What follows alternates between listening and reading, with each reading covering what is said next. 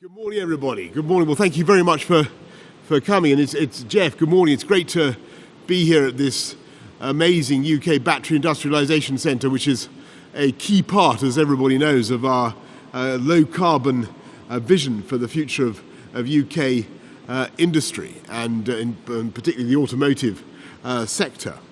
Wonderful to be here and great to see you all. Now, let me begin by saying that I wish I could tell you that this pandemic that we're going through was over, and I wish I could say that from Monday we could simply throw caution to the winds and behave exactly as we did before we'd ever heard of COVID.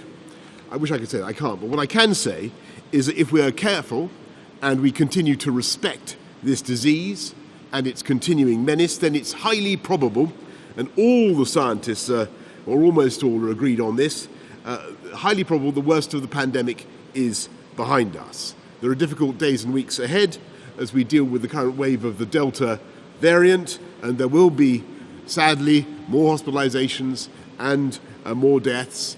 But with every day that goes by, we build higher the wall of vaccine-acquired immunity, a wall that is now higher and stronger in this country than almost anywhere else in the world. And with every day that goes by, our economy is slowly and cautiously picking itself up off the floor. Businesses are opening their doors. You'll have seen the employment figures this morning, the growth in the number of jobs. People are coming back slowly to the office. And over the next few weeks, therefore, more and more people will find themselves back on their daily commute. And as Andy Haldane lately of the Bank of England has said, there is every prospect that this country is poised to recover like a coiled spring. And it's the mission of this government to ensure that insofar as COVID has entrenched problems and deepened inequalities, we need now to work double hard to overturn those inequalities. And so that as far as possible, everyone, everywhere, feels the benefits of that recovery, and that we build back better across the whole of the UK. And we need to say from the beginning that before the pandemic began, the UK had and still has a more unbalanced economy than almost all our immediate biggest competitors in Europe, and more unbalanced than pretty much every major developed economy. And when I say unbalanced, I mean that for too many people, geography turns out to be destiny. Take life expectancy. Even before COVID hit, it's an outrage that a man in Glasgow or Blackpool has an average of 10 years less on this planet than someone growing up in Hart in Hampshire or in Rutland. And I don't know what people do in Rutland to live to prodigious ages. Who knows? But they do. And there's a glaring imbalance. Take university entrance. If you're a child on free school meals in London today, you now have more than double the chance of going to university than a child on free school meals growing up outside London. It's an astonishing fact that 31 years after German unification, the per capita GDP of the northeast of our country, of Yorkshire, of the East Midlands, Wales and Northern Ireland, is now lower than it in what was the former East Germany. And folks, I mean, some of you may remember going to former East Germany in the era of communism. I went there actually in 1990, just after the wall had gone down. I remember being amazed how far behind West Germany it was with their funny two-stroke engine cars and their fake coffee. But we've got to be honest with ourselves. To a large extent, Germany has succeeded in levelling up where we have not. And it's vital to understand that these imbalances and inequalities are found within the regions of the UK and not just between them. A woman from York has, on average, a decade longer of healthy life expectancy than a woman from Doncaster, 30 miles away, one stop away on the East Coast Main Line.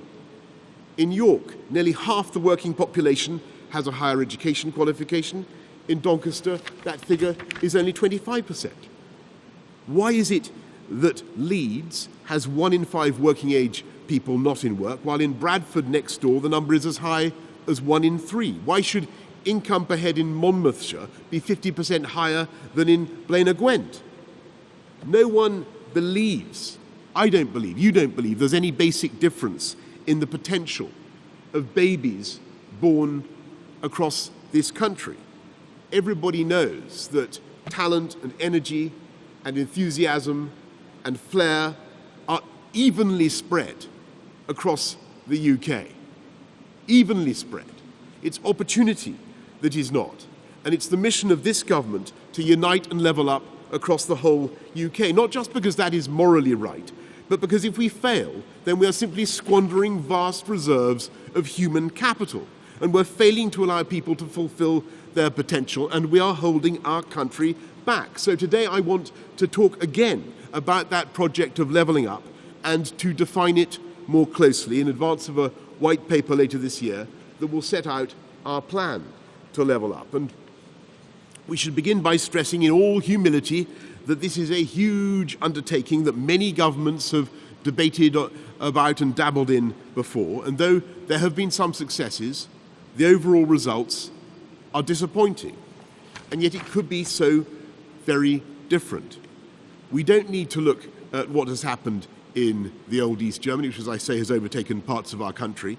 We can look at our own history and the ability of places to recover and regenerate without natural resources, without discovering gold or oil under their streets. And look at London. We should never forget that our national capital suffered a 50-year period of decline when its population shrank by as many as 2 million people between the 1930s and the mid-80s.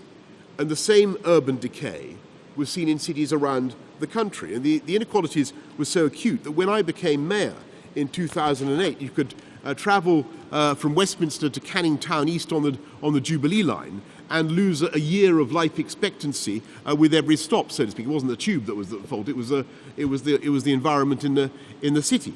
And yet, at the end of my time as mayor, 8 years later, that was no longer true. Life expectancy had increased across the capital, but the gains had been greatest among the poorest groups. And that is what I mean by levelling up. There is much more to do in London, and there are still huge inequalities. But deprivation levels have been dramatically reduced. And let's be clear about the difference, the philosophical difference between this project, levelling up, and levelling down. We don't want to level down. We don't want to decapitate the tall poppies. We don't think that you can make the poor parts of the country richer by making the rich parts of the country poorer. And you can't hope to stimulate growth around the country by actually constraining companies from developing, as the Labour government did in the 1960s with their ludicrous industrial development certificates. Levelling up can only be achieved with a strong and dynamic wealth-creating economy. And there's got to be a catalytic role for government, and government must provide a strategic lead. But that requires consistency from government, not chopping and changing. And in the last 40 years, we've had 40 different schemes or bodies to boost local or regional growth. We had the Abercrombie Plan in London, the New Towns, the Economic Development Committees, the Urban Regeneration Corporations, the New Deal for Communities, the Regional Development Agencies. And yet none of these initiatives have been powerful enough to deal with the long-term secular trends of deindustrialization or the decline of coastal resorts. And that basic half-heartedness of governmental approach has been coupled with an unspoken assumption by policymakers that investment should always follow success. So that, to use a football metaphor, the approach has always been to hang around the goalmouth rather than being the playmaker. If you see what I mean, I'm not a great expert on football, but you get the general drift of what I'm trying to say. Or to borrow a Bible, borrow a biblical comparison. Governments have created a sort of Matthew effect. To him that hath shall be given. So you end up investing in areas where house prices are already high, where transport is already congested, and by turbocharging those areas, especially in London and the southeast, you drive prices even higher and you force more and more people to move to the same expensive areas. 2/3 of graduates from our top 30 universities end up in London. And the result is that their commutes are longer, their trains are more crowded, and they have less time with their kids. And they worry at the same time that the younger generation won't be able to get a home, and that their leafy suburb or village will be engulfed in new housing development, but without the infrastructure to go with it. And so the process of levelling up is not just aimed at creating opportunity throughout the UK, it's about relieving the pressure in those parts that are currently overheating. And to those who seriously worry that levelling up could in some way be to the detriment of London and the South East, let me make some obvious points. And I speak as somebody who's spent more than a decade now campaigning to extend the lead of London as the greatest city on earth. Does anyone seriously believe it would be bad for London or has been bad for London to see the BBC growing and flourishing as it has in Manchester? Or is it bad for London? You've got JP Morgan now having an enormous back office in Bournemouth, and the biggest employer in Dorset, and one of the biggest private sector employers in Dorset. That's not bad for London. Of course it isn't.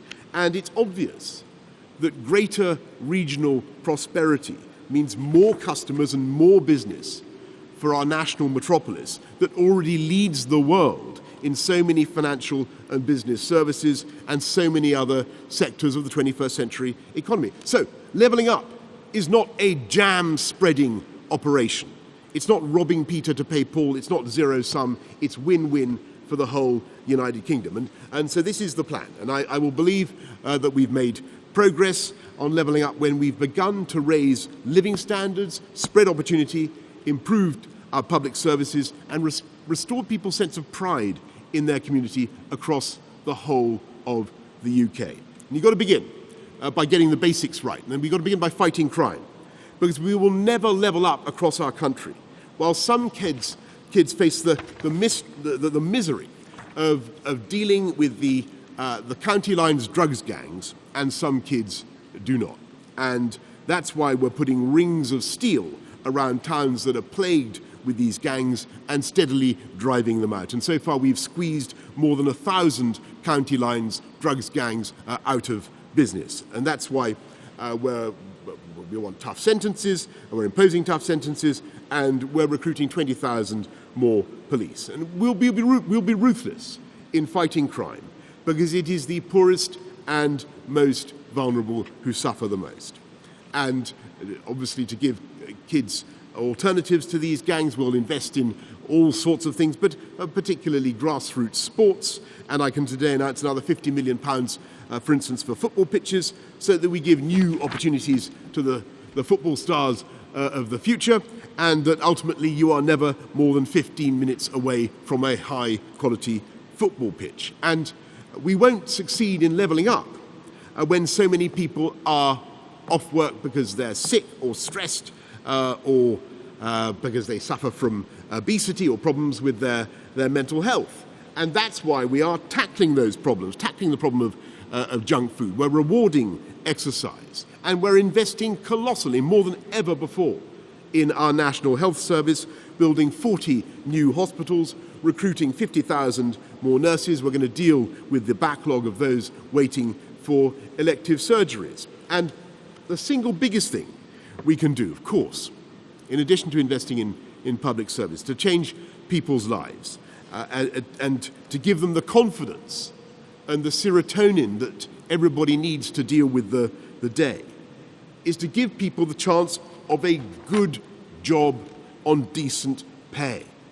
And that means the private sector has to invest to create those jobs, and we must create the conditions for business confidence. And when people look at the West Midlands, here where we are today, the birthplace of the Industrial Revolution, place that changed the world, they remember, Andy, you'll remember this, unbelievably, the number of private sector jobs actually fell 3% under the last Labour government in the West Midlands. And they know one of the reasons for that lack of productivity, one of the things that was holding the West Midlands back has been the lack of mass transit, the lack of public transport, the basic difficulty of getting from your home to your place of work. And that's why I support your vision, Andy, for putting in those new metro lines, and that's why today I'm fulfilling my promise to give 8 city regions, like the West Midlands, the funding to start making their bus and train networks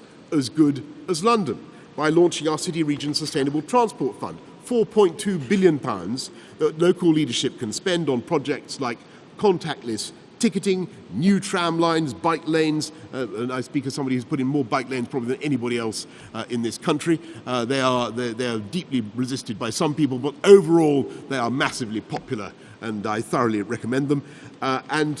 This is part of the biggest infrastructure investment in the history of our countries. £640 billion on roads, on rail, on housing, clean power generation.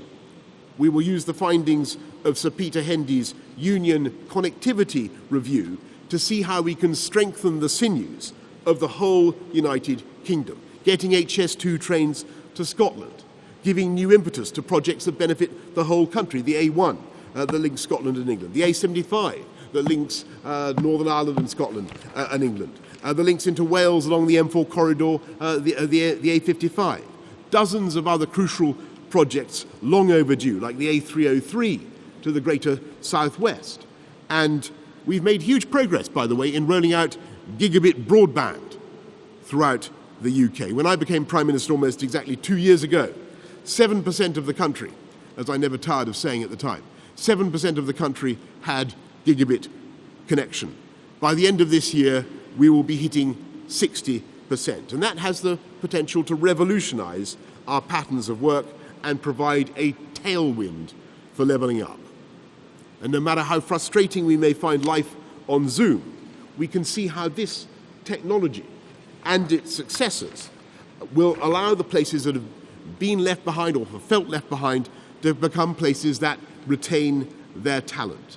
And professionals will be able to stay and bring up their families and enjoy a higher quality of life without the need to move to a supposedly fashionable conurbation. And we're also helping young people to fulfill their dream of owning the home in a place where they want to live, with our 95% mortgage guarantee, as well as reserving a portion of homes in some new developments for first-time buyers at a discount of at least 30%. And this government is backing the improvement of the lives of people growing up in these areas with the Levelling Up Fund, £4.8 billion to be spent across the whole of Britain, England, Scotland and Wales, and with town deals, with another 15 of them announced today, helping local people to renew the places they live, from the Civic Square in Tilbury to the Hippodrome Theatre in Todmorden, removing chewing gum, graffiti, breathing new life into town centres through our High Street strategy, which is also published today. And though the overall, each change may be individually small, the overall effect can be transformative in making that environment attractive as a place to live and to bring up a family and to invest. And of course, what is the key question that people ask themselves, young families ask themselves about a neighbourhood, is not just whether it's safe and or has good transport, it's whether the schools are good. And we need to give all our children the guarantee of a great education with safe and well-disciplined classes, fantastic teachers. So we are literally levelling up funding for primary and secondary education with a higher level of funding per pupil, so that every teacher starts on a salary of £30,000. And we must face the reality that in loss of learning and loss of life chances, some children have been hit harder by this pandemic than others. And so we've put in place the biggest tutoring program anywhere in the world to help them catch up. A catch-up program, by the way, that is already worth £3 billion on top of the £14 billion that we invested as soon as this government came in. But it is in post-16 education, post-16, where the differences across our society are starkest. It cannot be right that Bath has 78% of its population with a level 3 or equivalent qualification. Bradford has only 42%. And that's why this government is so obsessed, the Chancellor, everybody, Rob Jenrick, we are all obsessed with skilling up our population. We love our universities. We believe they're one of the great glories of this country. But we need to escalate the value of practical and vocational education with its power to transform people's lives. And that's why we're rolling out T-levels and apprenticeships, because we know that higher level apprentices can earn more than the average graduate 5 years after graduation. That's why we're creating the lifetime skills guarantee, so that adults can go on to get those level 3 qualifications. And so as we improve skills and cut crime and upgrade transport and ensure that gigabit broadband is extending its invisible electronic tendrils into every home in the country and opening up limitless vistas of information and opportunity, by that process, we want to make the whole country more attractive for investment. And as we turn this country into a science superpower, doubling public investment in R&D to 22 billion, we want to use that state lead to trigger private sector investment across the whole country. So we have hubs of research or innovation like the one we're in today, exactly like the one we're in, which is actually driving battery technology. This battery industrialization center is helping to drive battery technology, when we're going to need huge numbers of these batteries. And there's going to be at least 70,000 people we need skilled to be working just in making the batteries alone. This battery industrialization center is driving growth from Cornwall to Thurso, so that we can do that without in any way detracting from the golden triangle of Oxford, London, Cambridge, which is the greatest scientific constellation anywhere in this hemisphere, and drive high-tech, high-wage jobs across the whole of the UK. We'll use post-Brexit freedoms, such as free ports, to drive those investments across the UK, especially in green technology, from wind turbines to batteries such as the ones we see being developed here today, zero-emission planes, solar power, nuclear power, hydrogen, all of which, of course, is set out in the government's 10-point plan for a green industrial revolution. And our new Office for Investment will land investments and is continuing to land investments in all parts of the UK, like a Nissan coming into Sunderland, as you saw the other day, the new gigafactory for batteries, Stellantis to Ellesmere Port, Fujifilm in Teesside, Chinna Glass in Ebbw Vale, all just in the last few weeks, and not forgetting the wise decision of Heinz tomato ketchup to relocate manufacture of that vital product from Wigan, to Wigan from Holland, and about time too. And now is the time, I think, to scrutinise the incentives that we offer as a country as those against those offered by other countries. And yes, business overwhelmingly chooses Britain for all sorts of good reasons. And it was good to see the London stock market recover its edge over Amsterdam the other day. But now is the time to do even better. And there is one final ingredient. The most important factor in levelling up. The yeast that lifts the whole mattress of dough, the magic sauce, the ketchup of catch-up. And that is leadership. And that brings me to the crux of this argument. This country is not only one of the most imbalanced economies in our neighbourhood and in the developed world. It is also one of the most centralised. And those two defects are obviously connected. We're making progress now. We've created metro mayors, I used to be one, and some of the best of them are relentless champions for their communities, like Andy. And Andy provides the answer to the Kissinger question, who are you going to call in the West Midlands if you want to set up an EV factory, if you want to find the person who can put together the transport, the skills, the utilities, who are you going to call to make things happen? And you know exactly who to ring. You ring Andy. And after 20 years of trial and error, we're starting to see the results of this devolution. It's not entirely a coincidence now that long-term secular trend I described is being reversed.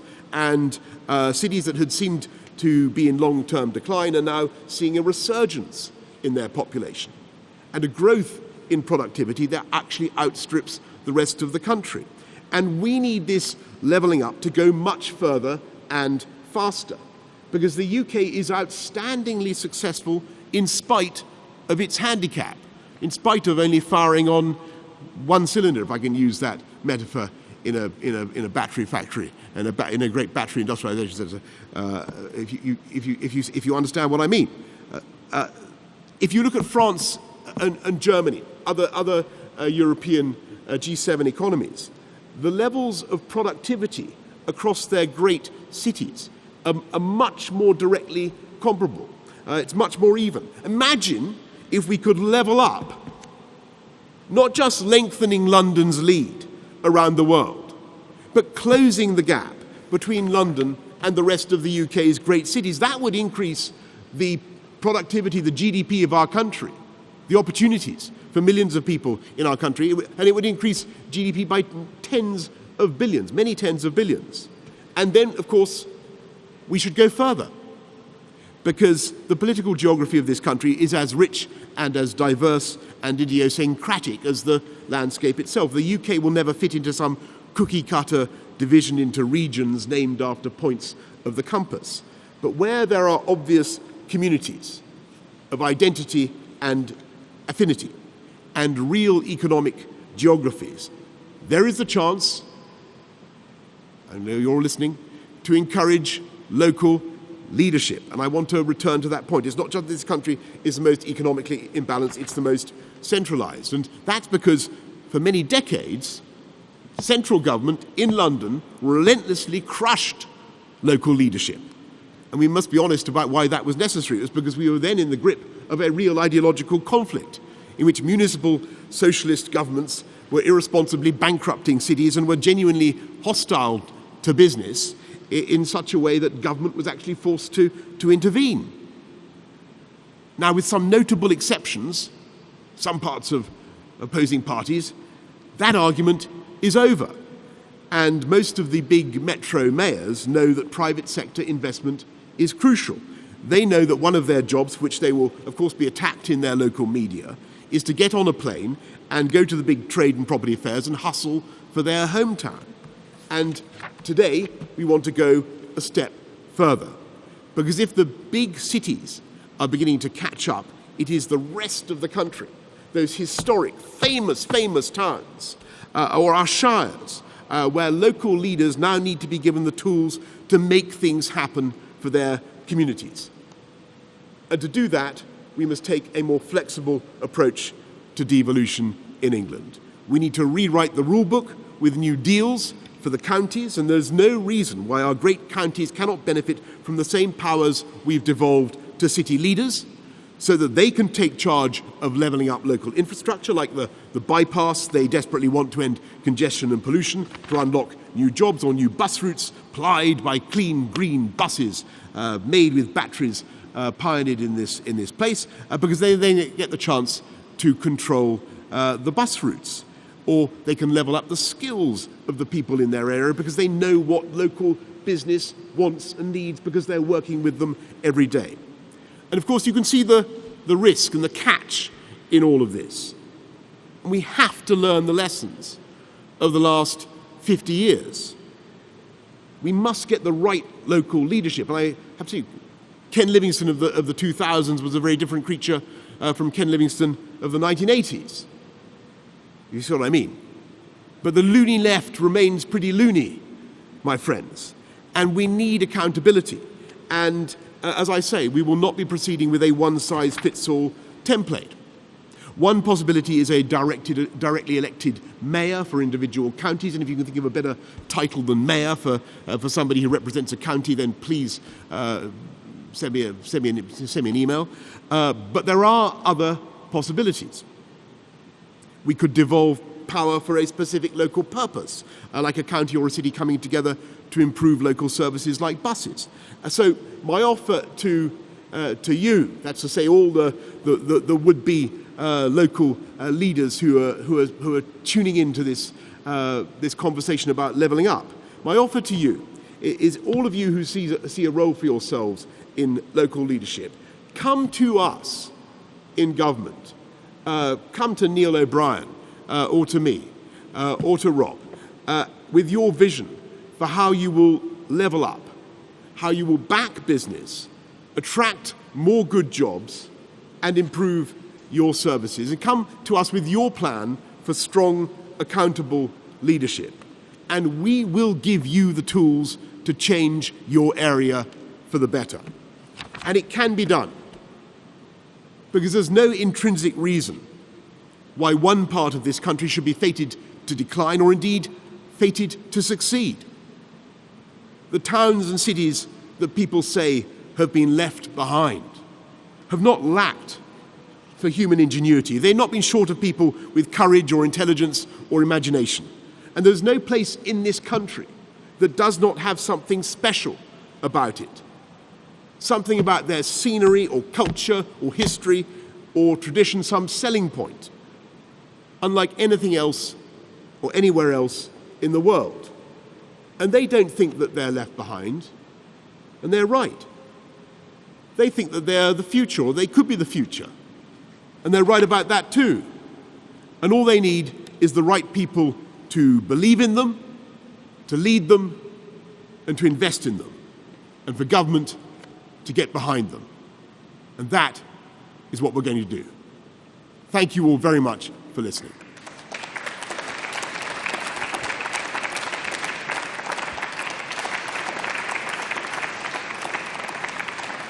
Right. Thank you very much for listening to that extensive speech about levelling up. And I'm now going to go to our friends from, well, actually, I'm going to go to Tony Danker of the CBI and then Professor Pam Thomas from the Faraday Institution, I think, before we come to, and then we're going to go to Beth. Prime Minister, thank you for that speech. Tony. Businesses up and down the country, I think, are very highly motivated by the levelling up agenda and keen to work with you to turn it from ambition into action. One of the most exciting developments, I think, in recent years is the emergence of local economic clusters across every part of the UK, and everything from renewable energy to advanced manufacturing to digital services. I'm wondering how you think we can turn those local success stories into national and ultimately global success stories, and how can business and government work together to achieve that? Thank you very much, Tony. I think that the answer, you're so right. And what is happening across the country is that you are seeing this story of local success, the dispersal of high-tech jobs, of innovation arriving in all parts of the country. And what it needs is business and local leadership to work together to hold up a mirror to that part of the country, that city, that town, that region, and say, this is the narrative about us. This is what is happening. This is the story of our success. This is what we have to offer. And if you come and invest here, this is how we'll help you. And that's why I put this emphasis on leadership. You need the local champion. You need to bring together, whether it's the LEP, whatever the means is, whether it's through the mayoralty, you need to bring people together and then project the story to the world. That is absolutely vital. And I've no doubt at all that it can be done. But I'm glad that the basic agenda has the support of the CBI, and it's great, by the way, Tony, can I just say, after a long period, to find the government and the CBI in lockstep, at least on this. So thank you very much for coming. Pam of the Faraday Institute. Thank you, Prime Minister. And I was very encouraged to hear you speak about Britain as a science superpower. So I was really wondering what your vision of levelling up across the country, together with the ambition to be a scientific superpower, means for the involvement of world-class research institutions such as the Faraday Institution. Oh, well, thanks very much, Pam. The Faraday Institution is a quite incredible body. It's based in Harwell in Oxford, but actually it links together all the universities that are conducting research into batteries, amongst other things. And we need these batteries. there's absolutely no question. We're going to, at the moment, it was great that Envision brought the Gigafactory to Sunderland. We have high hopes of the British Volt plant in Blythe, but even those two added together will only supply a fraction of the demand that the UK's own domestic vehicle market will have. And we're going to need, I think, 70,000 people, skilled people, just to make batteries across this country. So the answer to your question, Pam, is that we want to work with you, with the Faraday Institute, with this body here, with the UK BIC, to make sure that we produce those gigafactories across the whole of the UK. There's obviously a case for having a gigafactory here in the West Midlands. You're going to want one next to a centre of automotive manufacturing, but even that won't be enough to satisfy the demands just of the UK domestic market. So we want to do that, and what we also need to do is to make sure that the value in those batteries comes from the UK as well, because everybody knows that the raw materials that go into batteries are often sourced from around the world. We can do much more to source those chemicals, those metals from the UK, and to make sure that this country retains its lead in devising ever cleaner, ever greener, and more beautiful technology. Where was the lithium-ion battery invented? Oxford, I think I'm right in saying. And yet it's other countries that have taken that, as so often, taken that British invention, gone away and become pioneers themselves. We now need to recapture our leading role, and I've absolutely no doubt that we can do it. Beth Rigby, Sky News.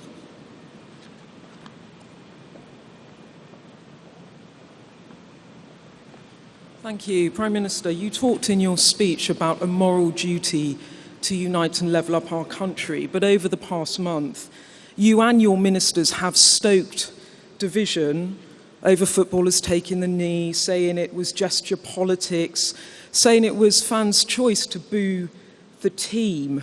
And going back, there is further evidence of this divisive politics and language from you, be it describing Muslim women as in veils, as letterboxes or bank robbers, or indeed African people as pickaninnies with watermelon smiles. For many people, your own record personally undermines your image as a unifying Prime Minister. What are you going to do to change that? Well, thanks, Beth. Obviously, I reject that, or disagree with it, I should say. And I think that racism has absolutely no place in our society. And I think that the England team represented the very best of us and our country. And I think that the overwhelming support, the outpouring of love for the England team after the match on Sunday showed this country at its best and at its most united. And I think what we all want to do is take practical steps to prevent racism in all its forms. And I think the football banning order regime, the changes to that that we've announced will be valuable. You can't go to the match if you're guilty of promoting hate and racism online, but we've got to go further, and we're going to use the online harms bill to ensure that the big internet companies, the social media platforms that allow race hate to be peddled on their platforms can face fines amounting to 10% of their global revenues. And as I said to them the other day, when I got them all in, Facebook and Twitter and Snapchat and Instagram and can't remember the other ones. Those are the main ones. I said we will not hesitate to go further because they do have the technology to sort this out. They can adjust their algorithms, and we will use legislation if we have to, just as we use the threat of legislation, for instance, to stop the European Super League. Thanks very much, Beth. Can we go to Alex Forsyth of the BBC? You said you rejected what I said, but it is true that your ministers did not from the start condemn the booing of the players. Do you think that was a mistake? And as PM, do you personally now regret not being strong enough about this right from the start? I always said that it was wrong to boo the England players, Beth, and that is my firm belief. And I think that as a society, what we need to do is understand that we've made progress in tackling racism, I would say, in my lifetime. A lot of progress. But I think we have to recognize that there's still a long way to go.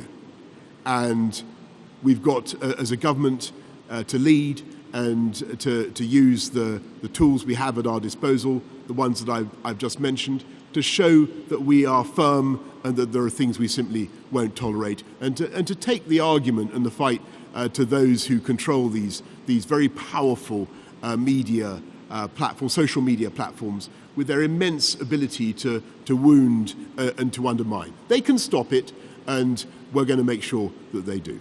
Thanks very much, Beth. Let's go to Alex Forsyth of the BBC. Thank you, Prime Minister. You've painted a pretty clear picture today about the impact of an unbalanced economy, but you haven't given us a lot of new detail about how you deal with it. You're almost 2 years into the job now. Where is the clear strategy beyond investment in high streets and infrastructure as to how to tackle what is often entrenched inequalities around health, education, aspiration, and of course how you measure and define success?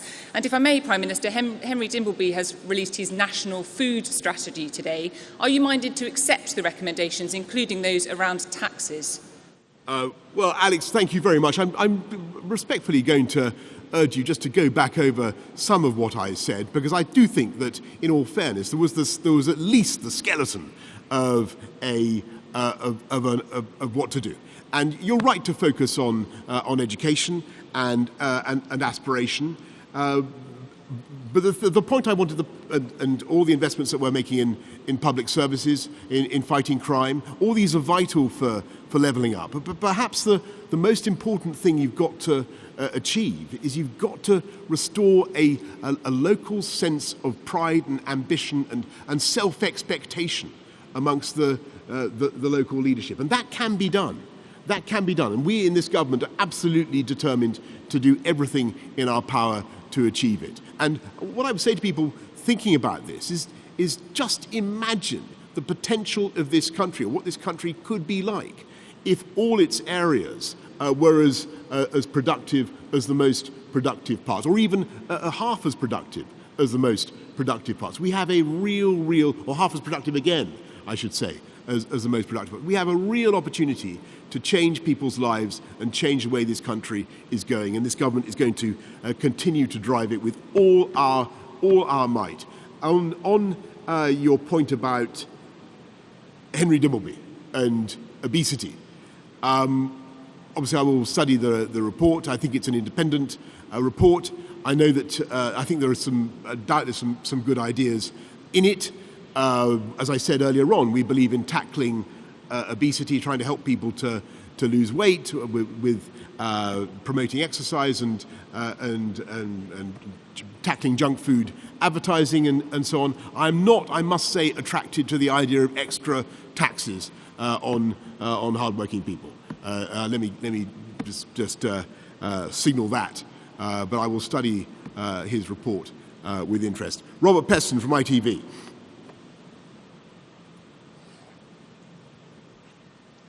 Morning, Prime Minister. You pointed out that levelling up will not succeed if businesses lack confidence. About 12 days ago, you said that next Monday there would be no obligation to wear masks. You abolished the legal requirement to wear masks, and now you're saying you want all of us to wear masks. Businesses are confused. On this, you have shown the lack of an important quality you just cited, leadership. And second, something remarkable has just happened. The manager of an England football team seems to have united Great Britain in a way that you are struggling to do. What can you learn from Gareth Southgate? Right. Well, thank you very much, Robert. I would just say that on the message to business, I think that business is perfectly capable, despite any confusion that you may attempt to sow in people's minds, Robert, business is perfectly capable of understanding what we are doing. We're moving away from legal compulsion, but we're saying that, of course, the pandemic is not over, and sadly people have to remain cautious. And what we're saying is that in crowded places where you're meeting people that you don't normally come across, then you should continue to wear a face covering.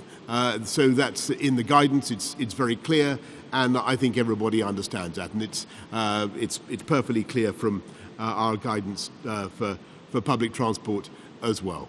The situation we hope will eventually change, but that's where we are at present. It doesn't mean there's a legal compulsion. It's guidance. I think most people can understand the difference. And on your point about the England football team, well, I repeat what I've said before. I'm lost in admiration for Gareth Southgate and the England team. They did an absolutely wonderful job, and they achieved something that we haven't seen many of us in our lifetimes. They got England, I should say, into the final of a huge knockout championship, and they so very nearly succeeded. And in the end, I think the fact that they didn't quite succeed didn't really detract from that achievement. It remains a stunning, stunning thing. And I think the way the players have behaved on and off the pitch has been an absolute credit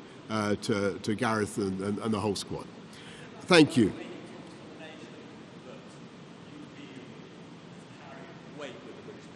I salute the Gareth and the England team, and I sit at their feet. How about that, Rob? Will that do? Thank you, Jason Groves, Daily Mail. Thanks, Prime Minister. I wanted to ask you about your opening remarks. Should we see Monday as Freedom Day? And if not, when might it be? Are we realistically waiting till next year before we can throw away our face masks? And separately, next week, I think, is the second anniversary of you telling us you had a plan for social care. What's happened to that plan? And how is it going to square with this levelling up agenda you've been talking about? You've said you want to cap care costs so that people don't have to sell their own homes. Won't that inevitably give more benefit to people who live in areas where house prices are higher? Thanks, Jason. On your first point, we're in a far, far better position than we've been in at any previous point in this pandemic. By Monday, we will have offered a vaccination to everybody in this country over 18. It's a quite amazing thing to have achieved. We vaccinated a higher proportion of our population than I think any other European country, with the possible exception of Malta. Alas, the pandemic is still with us, but we are able to go ahead in the cautious way that I have described. So we're able to, as I was saying to Robert, we're able to get rid of the legal restrictions, but the guidance has to remain in place, at least for the time being. And I think people can understand the progress that we have made, but they can also see the remaining risks. The risks are diminishing the whole time, but they of course remain. And on your point about social care, we're going to be in no doubt or anxiety about that. We're going to be publishing our plan for social care before too long. Let's go to Andy Woodcock of The Independent. Andy Woodcock from The Independent. Prime Minister, in your speech just now, you said that when devolving power to local regions, you don't want to do it in a one-size-fits-all way because the loony left remains loony. Don't you think that will sound a lot to some people like doctoring the democratic process in order to ensure that power is devolved only to people who agree with you? And also, if I may go back to the football and racism issue, you've waxed very indignant over the last few days about racist remarks against the England team on the internet. But in the House of Commons yesterday, you were asked to disown, to apologise for, to say you regretted your previous remarks about piccaninnies and about Muslim women looking like letterboxes. You said you dealt with it in the past, but in the past all you've said is that you were sorry if people were offended, which is a very different thing, as you'll agree. Do you not feel that your refusal to offer a full apology and to disown those remarks gives a green light to people now who want to make racist remarks on the internet? Thanks very much. Well, first of all, on your point, Andy, about whether we're only going to, we'll deal with anybody. Of course we will, and quite rightly, we want local leaders to come forward. But obviously, with what I'm saying is that with these powers must come responsibility and accountability, and that's what we want. What we want to see, and people taking charge of their local area, leading it, and not maybe just seeking opportunities to point up differences between themselves and central government or whatever, but actually taking a responsibility for the problems that they find, solving them with our help, obviously. But that's what we want to see. And on your second point, I think that the best thing I can say about that is I've obviously apologised in the past for things that I've said that have caused offence. I continue to apologise for them, and I think what people really want to see from government are practical steps to stamp out racism and make sure that we live in a happy, tolerant, generous and loving society. And that's what I want to see. Jess Elgott of The Guardian. Thank you, Prime Minister. You said, as Mayor of London, that you boasted, in fact, that a pound spent in Croydon was worth far more to the country than one spent in Strathclyde. Is it your aim as Prime Minister now to make sure it's the opposite, or that changes? And a second, if I may, one word that felt like it was missing from your speech is austerity, and the effect that has had on inequality and widening the gaps between different regions. And do you think your predecessors shoulder some of the blame for those inequalities that you described in your speech because of the huge cuts that local councils have had to enforce? Yeah, Jess, look, you're making an incredibly important point, and I want people to understand that this objective, this levelling up project, is not about trying to stop the progress and development of the greatest city on earth. And indeed, I think that it would be a fine thing if the present mayor got on with some more of the infrastructure, the home building projects that he needs to do. What I'm saying is that it's a total mistake to think that you can just get on with a lopsided approach to the UK economy. And we need to recognise that the growth of the future, the opportunity of the future, is going to come from levelling up across the whole of the UK. And I think that will not only be socially, morally the right thing to do, I also think it will pay off massively for the UK economy. And you had a second question. Austerity, how much does that bear the blame to? Look, I mean, I don't think you'll find that I was ever one of those politicians who banged on much about austerity, and I never thought it was a particularly helpful choice of word. John Walker of the Coventry Telegraph. Thank you very much, Prime Minister. You began by talking about the COVID situation, and I think we know, even though you're urging people to be careful, that the infection rate is going to increase after the fourth stage of ending the lockdown on July 19th. And you've said that we can do that because vaccinations have broken a link between infection and hospitalisation and death.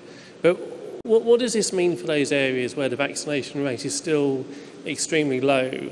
In parts of Birmingham, for example, 6 out of 10 people have still not had even a first vaccination.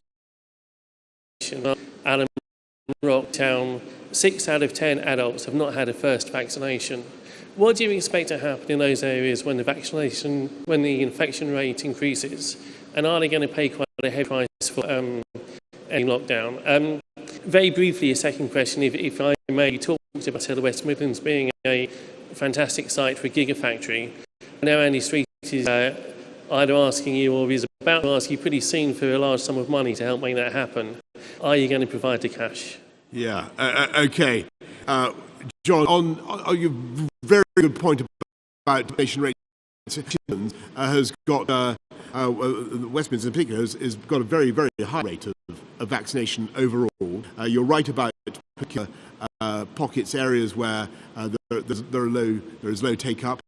What we've got to do is to encourage to come forward as enthusiastically as we can. And if I can suggest a way to do that is by engaging with local leaders in local communities, not in any way trying to blame or to stigmatise those who are not getting vaccinated at the rate that they should. I don't think that's the right way to do it. It's simply a question of encouraging people to take it up. It is the right thing. It's by far the best thing for you and your family. When you get your offer of a jab or a second jab, please take it up. And I know that Andy has been helping to lead that campaign as well in this area. On your point about the Gigafactory, well, look, I can't think of it. There are very few people in this country who've been more successful in extorting massive checks from the Treasury than Andy Street. But I'm HS2, all sorts of things. I'm not certain that you've yet been to me with the request for the Gigafactory. You're now taking off his mask. Very, very, very worrying development here. I thought I'd got through this, but Andy, go on.